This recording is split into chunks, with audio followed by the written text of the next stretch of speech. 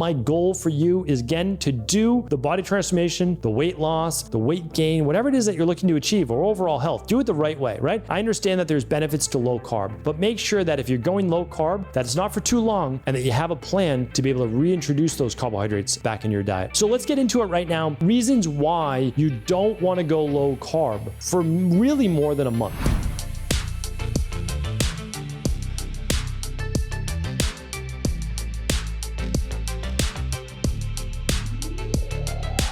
Hey everybody, welcome back to the show. We're here today, episode 2896 of the Cabral Concept. I want to go over right now a very specific diet that you do not want to be following, especially in the long term this coming year.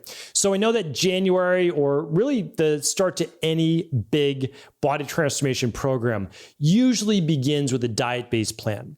And let's say 9 times out of 10, it asks you to go very low carbohydrate. Maybe 0 carbs, maybe 25 carbs, maybe 50 carbs or so maximum per day. What I will say to you is that that is very common, and there's actually nothing wrong with that. What is wrong with it is what happens next. If you do that for longer than 3 to 4 weeks, you're going to start to see detrimental effects. And today, I've talked about this before, many of the issues that can happen with your metabolism. I want to go a little bit deeper on this, but I also want to make sure that you know that it's not all doom and gloom. That if you follow our functional medicine detox for 21 days, or you do our Fatlocity-based system, yes, for 21 days, you're definitely going low carb. But there needs to be then an integration of carbs back into your diet. If not, I'm going to show you exactly what happens, give you the science behind it. But what I will say is this: not everyone can handle the same level of carbohydrates. So as you begin to add carbohydrates back in, you're simply trying to find out what your tolerance are for those carbohydrates. Meaning, like, how many can you eat before you start to rebound in weight? And over time, though, you actually want to begin to reverse diet and add more carbs in as you're improving your overall metabolism, as well as energy output. So let's get into it right now. Reasons why you don't want to go low carb for really more than a month. And here's why. Over time, specifically very low carb, I would consider very low carb sub 50 grams per day, or specifically sub 25 to 30 grams per day for sure. Okay, so let's look at this. Really good research on this. This is not brand new. This has been out for a while.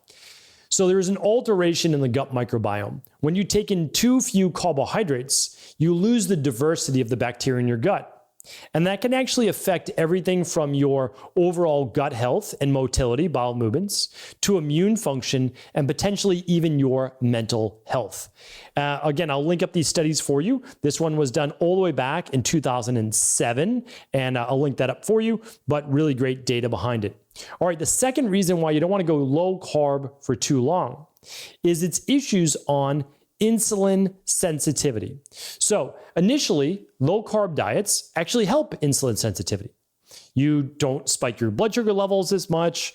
You might not have to produce as much insulin. All of that sounds like a very good thing. The problem is that over time, your body may not be able to respond with insulin in the proper way to carbohydrates when it sees carbohydrates in the future. Because, I mean, let's face it, after all, like, eventually you're going to start eating carbs again. Most people do. There are very few people, fractions of 1%, who say, I'm just never going to eat carbohydrates again, right? Very few people. And so I just don't want you to be stuck in that particular path in life where you're not able to eat them again. And this goes back to a third reason, is metabolic flexibility. I'll probably do another whole show on this, but really great study. This was done in 2012. It demonstrated that long-term adherence to a high-fat, low-carb diet can impair the body's ability to switch between burning fat and carbohydrates, known as metabolic flexibility. So we want to make sure that your body's able to tap into fat when your heart rate's at a lower range, and you can easily break down fat as fuel. And then if it's ever at a higher range, or as needed in fight or flight, you can use glucose. You can use carbohydrates. Important to be able to look at that. All right, the fourth one I wanted to share with you is on hormonal balance. Now, this is something that we specialize in our clinical practice because we run so many of a lab called the stress, mood, and metabolism, which looks at estrogen, progesterone, DHEA, and testosterone, cortisol over the day, so over 24 hours. And then we also look at thyroid, not just TSH, but T4, T3, and TPO antibodies. So we look at this and we find, especially in women, not as much in men, but definitely in women, after about 4 to 6 weeks of going low carb, we start to see a real tax on especially cortisol at night, potentially poor sleep, and lowered thyroid function. So it's my goal to always improve people's metabolism and not lower it. And your thyroid is literally a huge part of your metabolism. So you want to be able to make sure you're burning calories on a high basis, on a daily basis. And you want to make sure that your circulation is good. Hormone levels are good, not just with thyroid, but cortisol and sex hormones too. So big implications for going too low carb for too long. If you are an athlete or you're someone that likes to work hard in the gym and compete, going low carb for a long period of time may affect athletic performance. Now, I know there's a lot of people on keto-based diets, and they seem to do just fine in all of their athletic endeavors, and that's fantastic. So what I'm saying is these may not all affect you, but you want to see if they do affect you or not. And if so, it's at least something to think about. The next one is psychological and cognitive effects. So many people on low-carb diet, it affects their mood, it affects their ambition, it affects their drive. They have more anxiety, they have more worry, they have more stress. And there's actually, there's great studies on all of these, of course, but this one was done a little over 40 years ago. And it discusses the role of carbohydrates in the synthesis of serotonin and its implications on mood and cognitive function. So really important that we look at the science behind this, because we know that consuming carbohydrates can improve neurotransmitters, which can improve not just the reward center and drive of the body, but the happy feel-good side and anti-anxiety side as well. All right, a couple more to go. The next one is with an potential increase in inflammatory markers. So some people on a higher saturated fat and lower fiber diet may increase inflammatory markers. And again, I'm just sharing with you the research. So this research, really well done as well. This is well over a decade ago. It showed that diets high in saturated fat and low in carbohydrates can increase inflammatory markers in the body. And I've talked about this before with lipopolysaccharides, with different forms of inflammatory markers in the body. Doesn't mean you can't eat some saturated fat. I'm not saying that at all. But what happens is when we tip too far to one macro and not enough of another, especially to bind it and pull it from the body, there can be issues.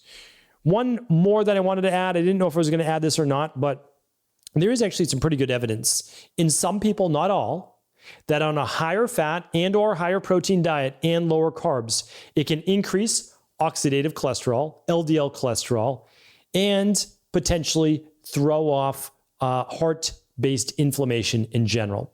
This one was about 9 years ago on this particular study, and it compared low carbohydrate diets to low-fat diets and their effect on the cardiovascular system, included lipid profiles. And what they looked at it is that you want more of a balanced diet. You really do. There is no one diet that tips like, oh, you should be eating 60% protein or 60%, 70% fat or 90% carbs or 20% carbs. You actually want a more balanced diet.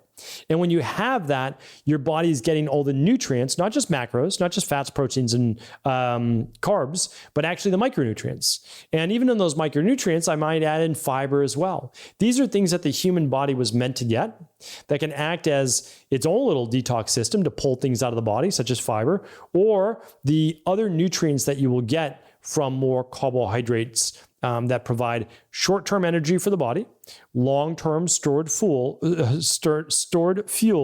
but also it's going to be the proper fuel for the gut microbiome. And the microbiome is made up of the bacteria that affects our immune system, that affects what we absorb, and it also affects our mood as well. So hopefully today's show was helpful. My goal for you is, again, to do the body transformation, the weight loss, the weight gain, whatever it is that you're looking to achieve, or overall health. Do it the right way, right? I understand that there's benefits to low carb, but make sure that if you're going low carb, that it's not for too long and that you have a plan to be able to reintroduce those carbohydrates back in your diet. Hopefully today's show was helpful. For all the show notes, head on over to stevencabral.com/2896. Take care. Thanks so much for tuning into today's show. Before you go, don't forget to hit that subscribe button. I want to make sure that you're getting our daily content, not missing out on anything functional medicine, wellness, weight gain, weight loss, anti-aging, living longer, stronger, and all of the most cutting-edge research. And if there's any topics you want to hear, feel free to leave them in the comments below. Take care.